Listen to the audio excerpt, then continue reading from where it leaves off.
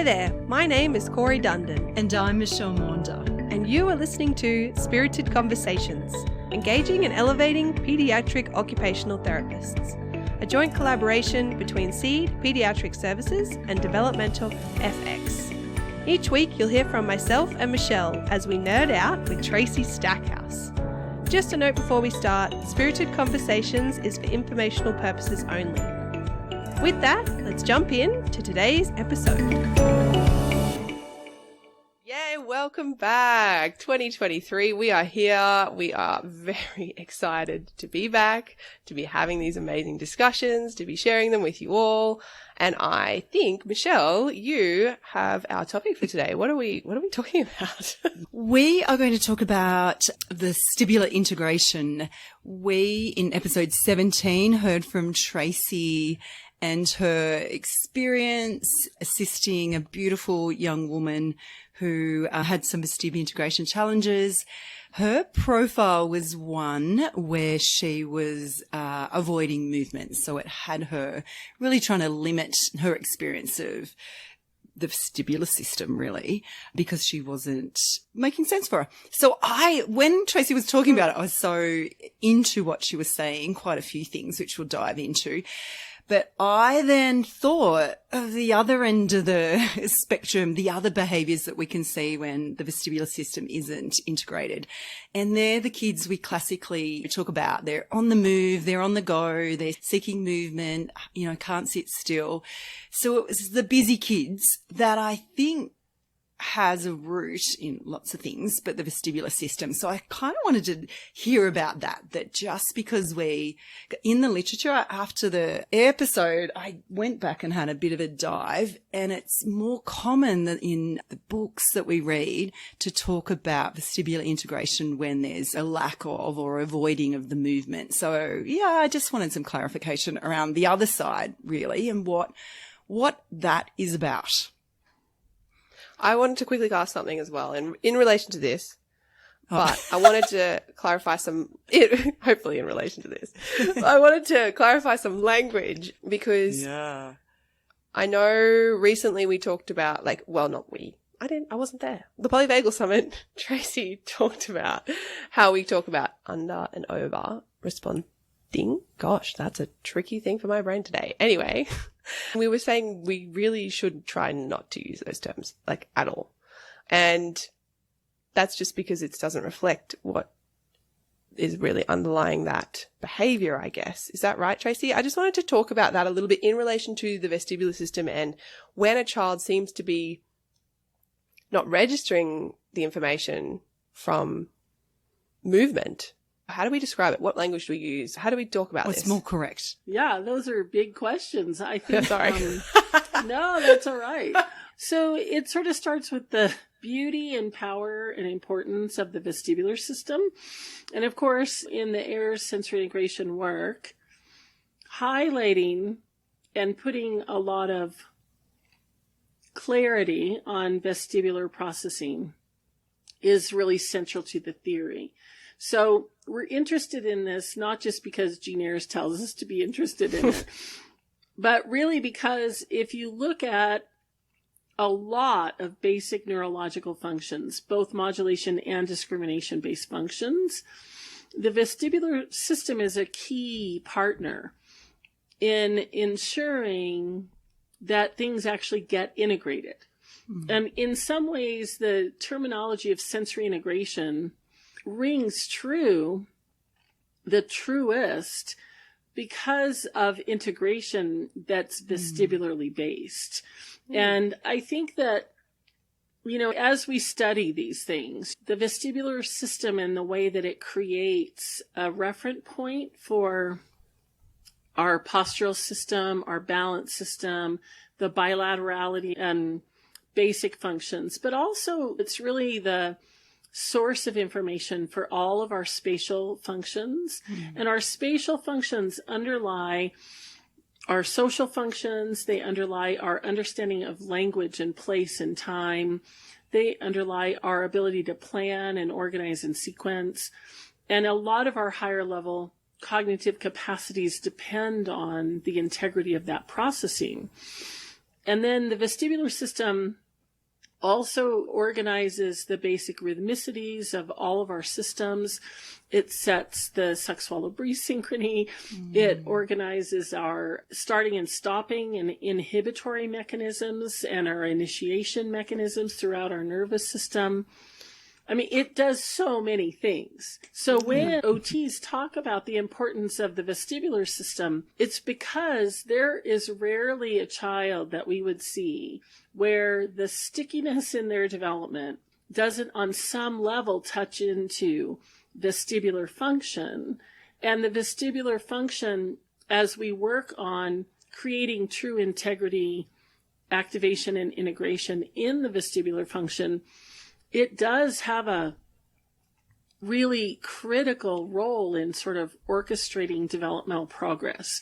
So, you know, it's really an important topic. And some of the terminology and categories are hard to understand for anyone, even for vestibular scientists, which is not what I am, but it's hard for people to understand this concept. Yeah. So if you have a child that maybe you've identified that they have challenges integrating the myriad of sensations to actually perform skilled movement or, I don't know, get dressed in the morning or whatever it is, so that you've identified that they have sensory integrative processing challenges, then most of the time, I mean, I know that I often am writing challenges with vestibular processing, challenges with proprioceptive processing or tactile processing when I come down to the assessment phase. They're usually key things that I'm writing in most of my reports. And I remember getting to a point being like, am I overseeing this? Or is this actually like, but I'm like, no, look, the cluster of behaviors reflect this. This is what I'm seeing, but it just seems to be so common. The thing that changes all the time is the individual presentation of the behaviors that reflect the challenges with those underlying systems. But I just wanted to make sure that I was kind of processing what you were saying, Tracy, in the right way. Because I feel like what you were saying was that if you can help the myriad of sensations or the sensory systems that we have integrate and organize with the vestibular system in a better way, then that's likely to have improved impact on their function and development. Like, not always, but when you have a vestibular-based challenge, which is pretty often in our work, that it's so integral to the other systems that you really want to make sure that you're able to address it and target it in a way that's, I don't know, correct or precise, maybe is a better word. Am I getting that right? Yeah, I think so. In some ways, you could think about the vestibular system is like the grand integrator. And in that, it does connect to our sensory systems. It connects to our vagal circuitry. So in that, it's connecting to basic regulation functions, our basic physiological functions.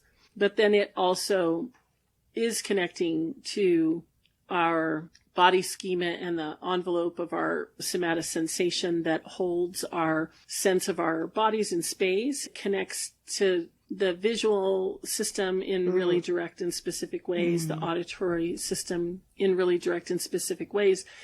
And those systems are relying on the vestibular system like a compass almost. So if you're out in the world and you're navigating, you need a referent point. You need a North Star. You need that here I am, and then here's where I'm going. So the touch system uses the vestibular system that way. The proprioceptors do. The sound system, the visual system, they all use the vestibular system as that orientation point. And then when they start to address more complex layering of processing any of those systems, they pull in the partners, and the vestibular system helps to keep that all synchronized, if you will. So the synchrony of our systems depends on the synchrony of the relationship back to vestibular integration. I feel like this is why the work's so hard, because we're moving between the synchrony of all those systems, and you're trying to figure out which behaviors reflect what underlying potential processing challenges, like you have to, do I directly target the vestibular system? But then the functional issue is, I don't know, not being able to reference my social partner in space. And so it's like, Right. I can't just target the vestibular system because I need to make sure that it's integrating with the visual system and the auditory system and the postural system so that they can do that function of looking to their social partner or what. So it's like, this is the dance that we're trying to do all the time. And also which one's perhaps more robust, which system's perhaps more robust that will allow you to start to move into the sensory system that's perhaps not. So if the auditory like systems, the partners. So sometimes you can go direct to vestib. Other times it has to be, the auditory system, which then will allow, which is probably a little bit what happened with the lady you worked with previously, like the music and relationship allowed you to bring in the vestib system where other kids, we have the mind that are really, as I mentioned before, that classic seeking kid. They're in their vestib system. Well, they're activating their vestib system. They're in it and they're ready for movement. It's not refined and it's not purposeful necessarily, but it's like, oh, okay, you got a lot of vestib processing activation that's perhaps not refined. We need maybe some more maybe some more tactile, maybe more auditory or refine the oculomotor system to have that vestib, to partner with the vestib to make it more performance, have a better quality about it. So previously, like what Michelle's describing, that child that moves and moves and moves and moves, we might have said that they were under responsive to vestibular input. What could we say now that would be a better way to describe that that's more accurate? So what I want to do is I want to hold us to the distinction between modulation and discrimination. And sometimes it takes a little bit of discerning. It takes a lot of observation. We don't have great tests for some of this, for much of it, honestly. But if you have a child who seems like they're under responsive, it could be, in a modulation perspective, the leading cause of under-responsivity turns out that it's probably not a threshold of response problem. It's more likely that the person is not able to stay in a regulated state to access responding that might be more typical. And so the driver of under-responding is probably that they're shifted into too much dorsal vagal activation. And so you're getting a shutting off and a shutting down. And people miss that all the time, right? So you can have kids who moving through space is so disorienting to them because of vestibular discrimination problems that as they move through space, they stop processing space because the nervous system says this is too overwhelming to you, and we're going to shut you and protect you from having to deal with the complexity of that. So sometimes we think about it, that dorsal response is more of a trauma response, but in sort of an odd way, not having enough sensory discrimination of vestibular activation creates in your system a lack of enough information to make sense. And so it's going to keep you from processing normally. So this all gets pretty complicated. And the thing is that some of this is a little bit theoretical, how I'm describing it to you, because we don't have great ways of testing that. I think what you would see on different tests is a profile of not just low vestibular activation, which you would see in if you could test that person, which may be really hard actually. But you may see no duration of nystagmus upon a turning. So a visual reflex that should be produced as you turn and maintain orientation of the horizontal canal. For instance, that's the most classic way we would do that is have the person in a sitting or standing position, but hold their head in 45 degrees of neck flexion, move them in a really pure rotation. And then when you stop the movement because of the of the fluid maintaining flow, it should produce a continuation of the eye movements. So that's the nystagmus response that we're looking for. And there are particular ways we can test that. And if you are trained in the SIPT or now the EASY, you would learn how to do that. But you can also do it from reading the literature, because this is a pretty standard thing that is done in ENT and neurology clinics and PT and OT clinics all the time, outside of sensory integration, right? We don't own this. Dr. Ayers didn't invent it.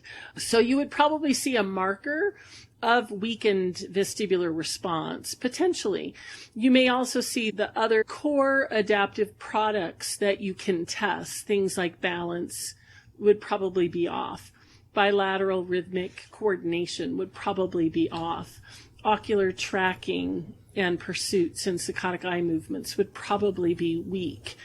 You might even see head writing, orientation, and postural writing responses, because those are all mediated by the vestibular apparatus. So when we do clinical observations, even just in play, and we notice those things, we would see that profile, and it would be a cluster, not one symptom, but many together. And that can lead us to make the conclusion that this is based in the vestibular processing. So if it's lower under responsive, it could be that it's actually weak discrimination, weak vestibular activation and processing. So it isn't really an under response, it's a lack of response. And that's a really classic vestibular discrimination problem instead of it being a sensory modulation problem. Yeah, so I get what you're saying. We're cross-categorically needing to discipline ourselves to think about this. Yeah. The question I had when you were talking about if potentially they're going slightly more dorsal vagal into a shutdown state, they've got less access to discrimination functions. I wondered if it does that same thing if they go slightly sympathetically activated into a threat state. Because I'm assuming that you have impact on processing in both those directions. Would that be correct to presume? Yes, okay. For sure. Okay. And then that might be why they get such varied performance in their day-to-day. That's exactly right. That's exactly right. And, you know, if the person gets super activated by movement, and then they might have a little bit of sympathetic activation, well, one of the hallmarks of sympathetic activation is an increase in muscle tension and an increase in holding patterns in the sagittal plane and a restriction of movements out of that plane. That will also impact vestibular processing, because in the vestibular apparatus, as you move through space, you should have the fluidity and freedom of movement to three-dimensionally be able to be aware of the things going on around you.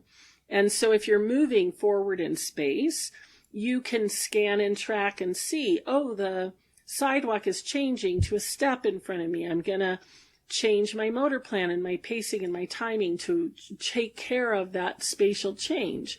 And as I do that, I might notice, oh, there's a rail to the left side of me. Maybe I'll move in that direction so I can hold on to it if I want.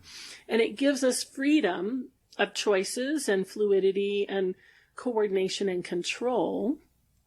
But if you're restricted, either because of a modulation issue, or if you're not able to integrate and take in the details of space, movement, prediction of gait, and proprioception with the movement pattern that is more discrimination, you're going to miss all of that. And so we see our kiddos that we're treating, that's what they look like as they move through the world. And then we may say, oh, every time he gets to the stairs, he grabs on and tap, tap, tap, tap, tap, and smashes his feet, and he's proprioceptive seeking. Well, that's probably true because he's pulling in a really viable partner to help with the vestibular function. But the treatment then isn't to give him more prop, it's to address the vestibular problem. So when we label things through those generalized labels in the modulation framework, like sensory seeking, for instance, And that'll bring us back, Michelle, to your question at the beginning. Sorry. No, that's okay. I love these conversations because everything is integrated. But yeah, then you end up sort of applying the logic of the treatment of that, which isn't exactly what the person needs. So, wow, it's hard. It's hard to, that's why we have these conversations. Yeah.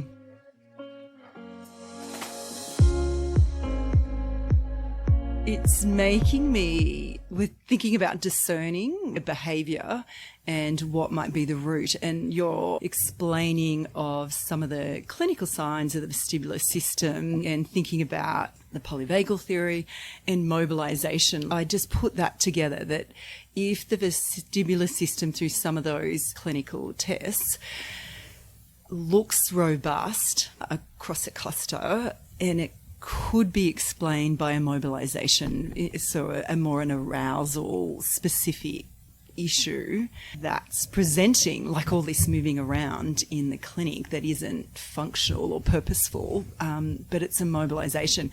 And that would explain some kids who flip and flip and flip, like they're in that sagittal plane and maybe do, I don't know, racing through space, and they might do a somersault, but then it's just racing, running, and they don't kind of get fatigued of the run, but it doesn't fill them up and they don't get satiated. They don't finish that up and go, whew, now I'm ready for you, Michelle. Anyway, that was that's separate to the modulation discrimination. It was like, okay, well, mobilization can look like it's on the go too. Anyway, thanks, Trace. Gosh. But it relates to the question, Michelle, around seeking, which is what we started with, right? Was we want the opposite end of this spectrum around the child that has really hard time processing vestibular information, and they go into more of a shutdown, gravitational insecure pattern of behavior, versus the kid that seems to not process vestibular information but goes into the move all the time behavior.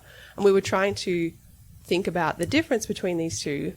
I think that's one thing we have to consider, is there's an arousal piece to the movement, of course, always, but if the arousal is in a certain state. And it could be the arousal that comes first. It's that reticular formation system for whatever multitude of reasons, but that's driving movement.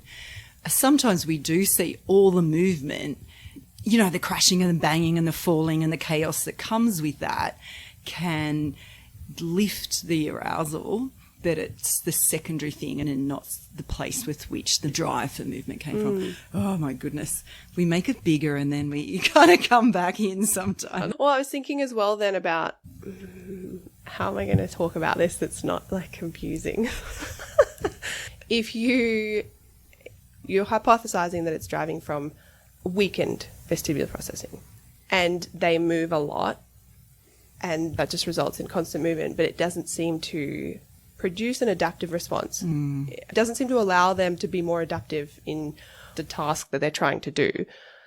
Then that makes me wonder about what's the treatment for that versus the child that moves and it seems to help them learn. Can you guys picture those two kids? Can we sort of figure out what's the difference there? Yeah. So I think focusing the conversation on that adaptive response and focusing your clinical reasoning on that adaptive response is always a pivot point, right, around how you get to clarity. So if you have a child who's constantly moving, but the movement itself isn't fueling anything that's higher level adaptive, the first question to ask yourself is, if I anchor this movement into my best guess of an adaptive function that they seem like they're missing, what would happen then?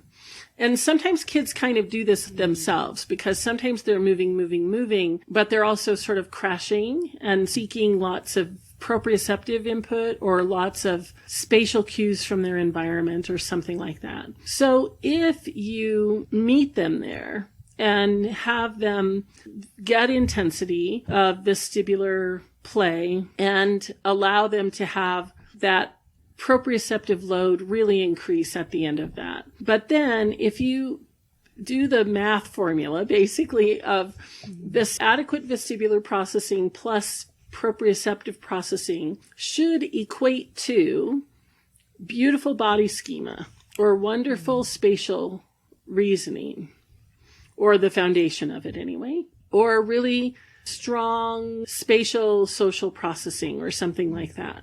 And it should give the person a platform of choices. Not like everybody has to have social interaction, but they can have a choice around social interaction. So if you do the math formula, if their brain is getting the right inputs for that math formula, and if at the end of that you don't see anything changing, then you can back up and say, wait, is the input going in actually the right input going in? Is it adequate? And is it strong enough? And very often what you'll then notice is that the child has one or two patterns of movement, but they aren't actually activating the full vestibular apparatus. And they're avoiding parts of it. They don't understand backward space, or maybe they don't understand what happens when my head is out of a certain position. And they may flip and float, they may flip around, but they aren't actually activating all of the suite of the 5 partnered, the 10 receptors. And they aren't pairing that to what is all the possible adaptive function. So as OTs, we're pretty careful to come in and create that precision. And a child can't create that precision on their own, right? Doctors used to say if they could treat themselves, they would. Corey, I've heard you say that kids like this, gosh, they should be like the most coordinated. But they're not. That was Jean Ayres. I got it from her blue book. She was like, if movement was the thing that allowed neural plasticity and change in the brain, then they'd be the most integrated individuals we ever saw. But the movement itself is not the thing. Got to be able to integrate it and organize it and whatever. So yeah, that wasn't me. That was just me going, Jean, you're amazing. Yeah, so that's really true. But then you also have the kiddo who's seeking, they're moving a lot and they're finding their way in space, but you see these micro adaptive changes that just refine. And those kids are easier to treat. You treat them faster because the adaptive response is really cooking, and that's why the treatment goes faster. The tricky part on the first kiddo is that we're not getting for the purpose of what? Vestibular activation for what purpose? Movement input for what purpose? It's the adaptive response that's the cornerstone of the intervention. And if the kid can't activate it and you can't figure out how to get around to activate it, that's where the problem solving has to come from. And also that social connectedness, because when they're on the go, I can't keep up, even if I try to match them and we do it together in circles, and Michelle gets really dizzy. But, if you go for it and then try to be with them and then taper, slow it down really playfully, kind of need a bit of a rest and get in the road and try to slow them. These kids don't care. Many of them keep going past me and don't see it as a real collaborative or together connected activity. Some of them won't even let you in it, so that you don't have that social piece that's the glue to help to facilitate an adaptive response when they're just doing it from themselves. And you might put a barrel there, or they jump off the loft onto the crash mat and you think, let's load Prop up even more. So I'll give it like a tunnel at the end, and then a mini trampoline that they jump on, and then they go up, so that you're trying to build that Prop in that they might be seeking for themselves. They will often avoid that and cut that out and just go and repeat their thing. So not only that don't they readily accept some pieces that you might be putting in to work on the hypothesis, does more Prop support this, but they don't let you in either to go, let me co-regulate you. Let me add social connection to this piece. I find these guys tricky. Yeah. I think you just did something really interesting too, Michelle, because many of the partners that we use are sensory based, but of course another partner is the affective system, social engagement. And the point is not to force them to be social. The point is to use that system to help them make sense of the experience. In a way that feels joyful, and you can tell when it's supportive. You can tell when it's working. You can tell when that's the way in for a child. It's really interesting because I'm just thinking about this other child that I've worked with in the past, and he was similar to this profile. And I'm thinking about the partners again here. So when he was in contained space also had visual references. So visually contained and physically contained, and I guess auditorially contained, because he's in the top corner of the room, right? So spatially, the partners around those pieces were reduced, or the demand was not as much for processing that information. But also, he kind of did this himself. But when that happened, he no longer flipped, and he was able to do the social when those partners were mitigated in his own way. Like, he did that himself, and I just followed that lead, and then he wanted to do the social. Yeah. So say that was a situation that you had, and you found that they could get really juicy, or they could be more follow adaptive. Their play ideas really clearly, and in a social way, and it was driven by them when that experience happened. So I'm just wondering, I guess, if in treatment that's part of we start with that, and then we see where we can expand to and still stay adaptive. So how far out into space can we come, or what is that? Like, I'm just thinking about how you move forward in treatment for that child, because he still needs the vestibular piece, but I'm not getting at it when we're still in this contained space. So yeah, I don't know. That's questions I have. Right. So many questions. There's a couple things that are interesting for me right now that I want to comment on. One of them is that a lot of this integration really, when it's happening where things really come together for little developing kids, all of this circuitry just is sort of almost automatic.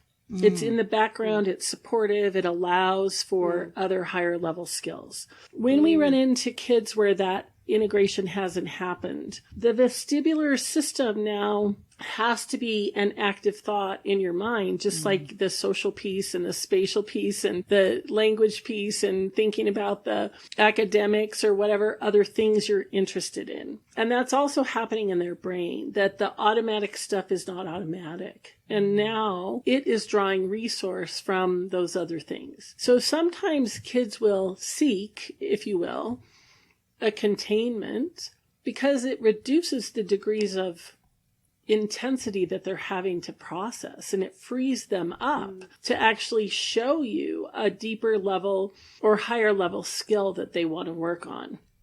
We can kind of get stuck treating the vestibular in both directions. We can want to make sure that it's well addressed, but sometimes if we just remove the degrees of freedom and contained it a little bit, the kiddo may show us, what I really want to work on here is turn taking with you. What I really want to do is play this pretend game with you. And it's so funny when I hide and then you find me. And I love that hide and seek game. And I'm over here in this corner that is making the world make a lot more sense to me. But now you're bobbing your head around is enough vestibular activation through ocular pursuit that we're getting there. And you don't have to do more than that. For another kid, you may have to do more. So I think part of it is if you map out all of those vestibular functions and think about the really foundational adaptive capacities that they support.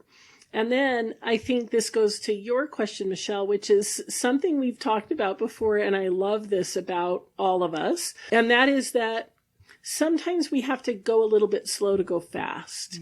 So when we have a kiddo who's doing these kinds of things that feel to us far away from that bigger adaptive thing I want to work on, but if we remember to follow their lead and know that that connection is there between what it is they're working on and that higher capacity, that we can stick with them and allow that slower trajectory instead of feeling like we have to create high level adaptation about every little thing that we do.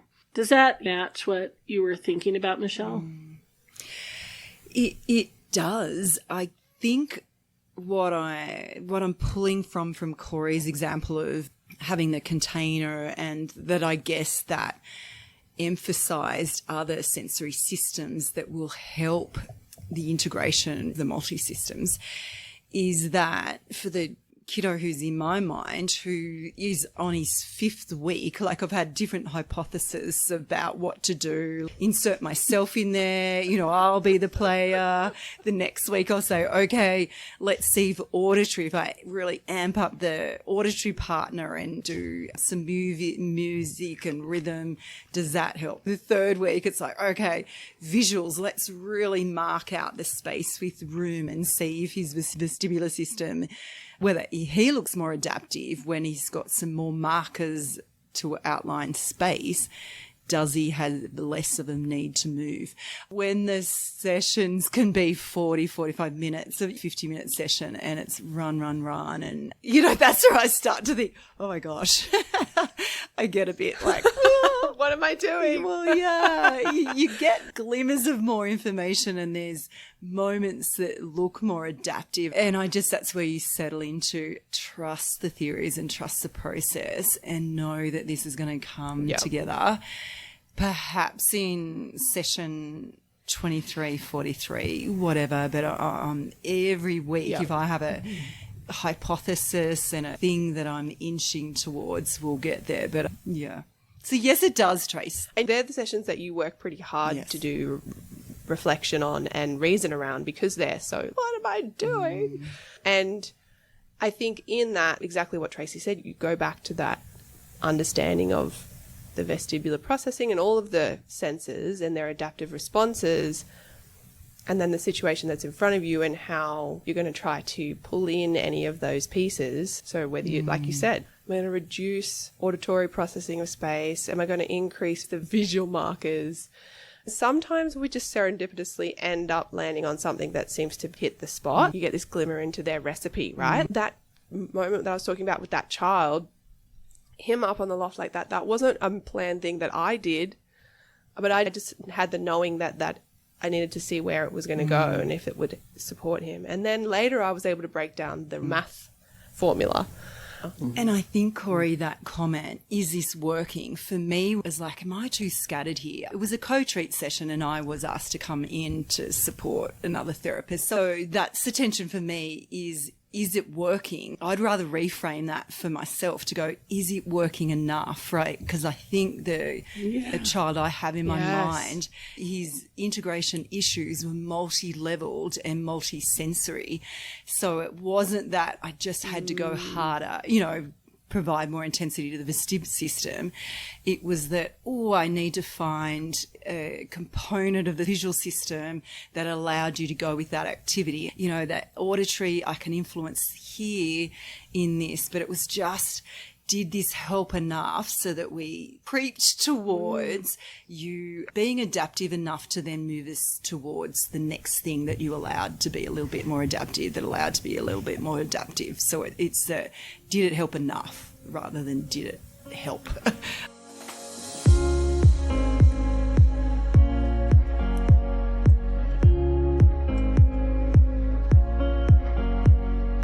Okay, so in our beautiful work, there are lots of moments where we have to let it be enough and we have to really trust. And then we get to come together and have just a talk session like this where we get to do that, but we really hope people find those thought partners so you can pause and think it through.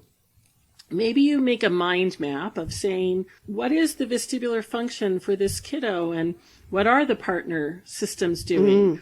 And then how are those resourcing the capacity that I'm interested? And do some of that thinking, because in our assessment tools, you know, we don't have enough of them, but it can also lead you to some questions like, have I actually looked at that discriminative function enough? I'm having trust in vestibular-based treatment, but have I vetted for myself that the partner is the right partner or the strong partner, or that maybe there's a low duration nystagmus that I can really identify? Or maybe, really importantly, there's a long duration nystagmus. And what's really important about that is that in the research that Dr. Ayers has done, and also follow-up studies that Shelley Mulligan in particular has published, there is an indication that with prolonged nystagmus that some of this treatment may have less efficacy.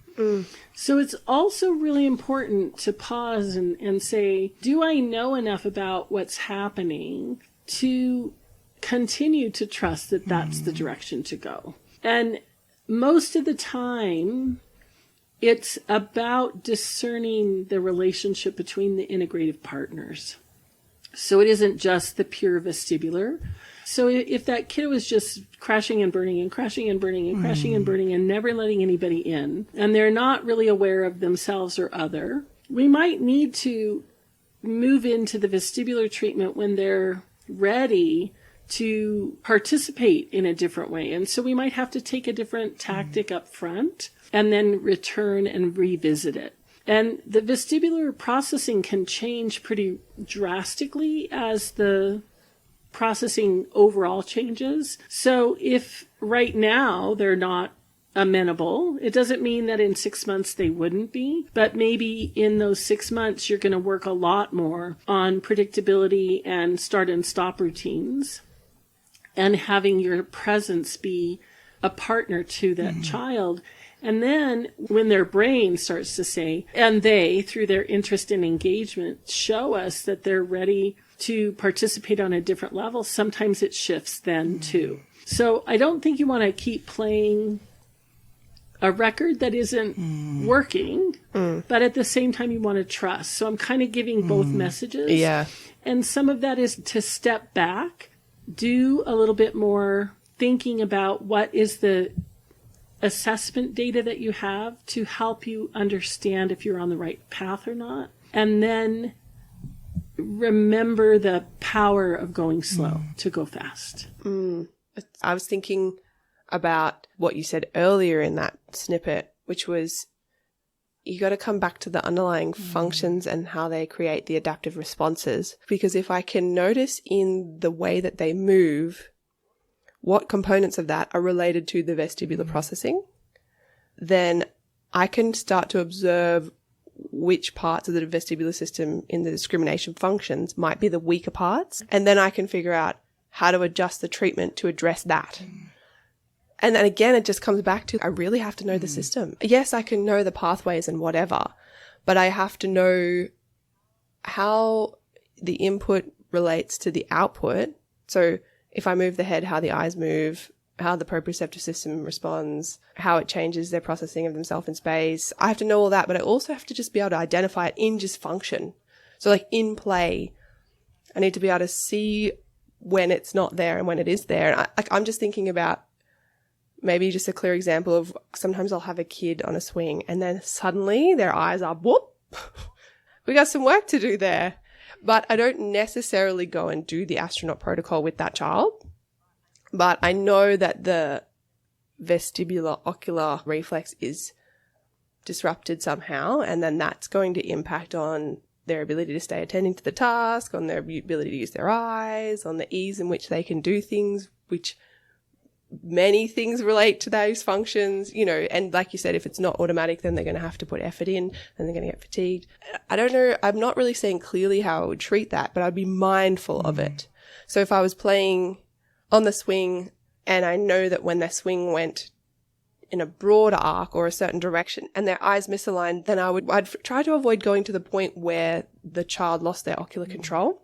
I try to stay within the range of where they could maintain control and then see if I could grade that out and if they could have an adaptive response around the input. So if that's kind of like, I'm not giving an exact activity here, but that's kind of the principle that I would follow in that example. I don't know if that brings up examples for you guys or thoughts, but yeah, my brain went that way. Oh, look, I love it. I think that we need to, particularly as we see them in the clean obs as much as we can do with them. And then some of these kids actually resist all of this, or it's not appropriate to do some of these tests with them. So then it's just their performance, their function and quality in the context of play. And because it's kind of ever changing, if we are making little impacts, that assessment through observation in play is what we're constantly trying to gather and then reassess, take it back to our mind map, as Tracy suggested, and then think, oh, okay. Sometimes with busy kids, I sometimes can't think fast enough. I might spot it and think, oh, okay, there was an eye thing. You know, something happened there. Note to self, Michelle, videoing, particularly with these kids, makes me dizzy when I watch it back. But sometimes they're so fast and we're on the, oh, wow, how am I going to make something out of this? You know, it's often the next session. Sometimes we have some inspiration in the moment, like you might have, Corey, then to go, oh, I caught that. I'll slow those swing down. Sometimes I don't, and it's the next session, and it's like, oh, note to self, look at that again in slow-mo. Or in the reflection itself is when you put the pieces together. And I know we harp on about that, but it actually is really a thing. I was just talking about that child to date to the both of you that went up on the loft into this contained space. And I only now put the pieces together of, oh, like maybe that's why that worked. I followed his lead and we had good treatment, but I guess it's in the reflection process that I can then recreate that with other children in different situations. And but otherwise that activity that he did that was really adaptive is a bit lost on you, because when we're in the moment and truly present and we're avoiding getting shot at because we're the police person and the baddie's coming, you know, whatever elaborate things going on, we have to be in that. And so then it's later, we get flashes of inspiration sometimes, but other times it's like, what was that about? Why did we even play that game? It looked good, but why? You know, it's the later. And I was thinking about as well, like early on in my career when it was harder to really pick up those finite little observations, that I would just do like 4 clinobs at the start of the session. I would do lab and I would do standing on one leg with the eyes closed, and I would do a Superman, and I'd do a couple of those clinobs, and then I would do my session, and then I'd repeat them again at the end. And sometimes I'd clearly have a difference between the start and the end of the session just in those clinical observations. And so that was really helpful as well, because it was clearly a difference right there in front of me. And the parents also were like, oh, that was better. And that's pretty powerful too. So sometimes I had to go back to the actual just do the test, because I couldn't actually figure out in the moment to observe exactly what was happening. And like you said, Michelle, it's still hard now because I've got to be really present if I want to have good effect. You don't want to be shot, Corey. You have to watch the bullets. Yeah.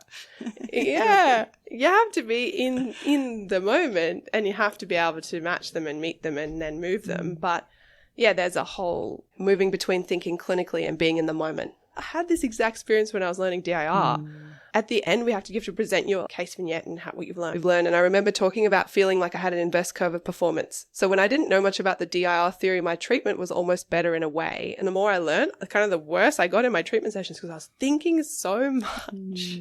And I was just like getting stuck in my head around thinking about all the steps and the developmental ladder and how I was trying to get to the next thing. And my ability to meet the child got worse. And then as all that knowledge integrated, I was able to sort of let it go. And then obviously at the end, you're better off from where you started. But there is that process of learning that makes it tricky. It is tricky. So when you have questions that you're knowing and you're trusting of the theory is rubbing you like, I don't know if I'm feeling trusting. I don't know if I think I've got it. That's the time to go back to, let me do some observations of this child in a more particular way. Let me put them in a more targeted situation so that I can gather what I need to answer those questions. And that process is natural. We should encourage that process. It's okay to not know. And it's okay to go slow, and it's okay to let it be enough of an adaptive response. This podcast is brought to you by SEED, Pediatric Services and Developmental FX. For more information, please go to our show notes on our website, spiritedconversationspodcast.com, or catch us on our SEED and Developmental FX Facebook or Insta pages. So grateful to have you with us for this episode. Take care, and we'll see you next time.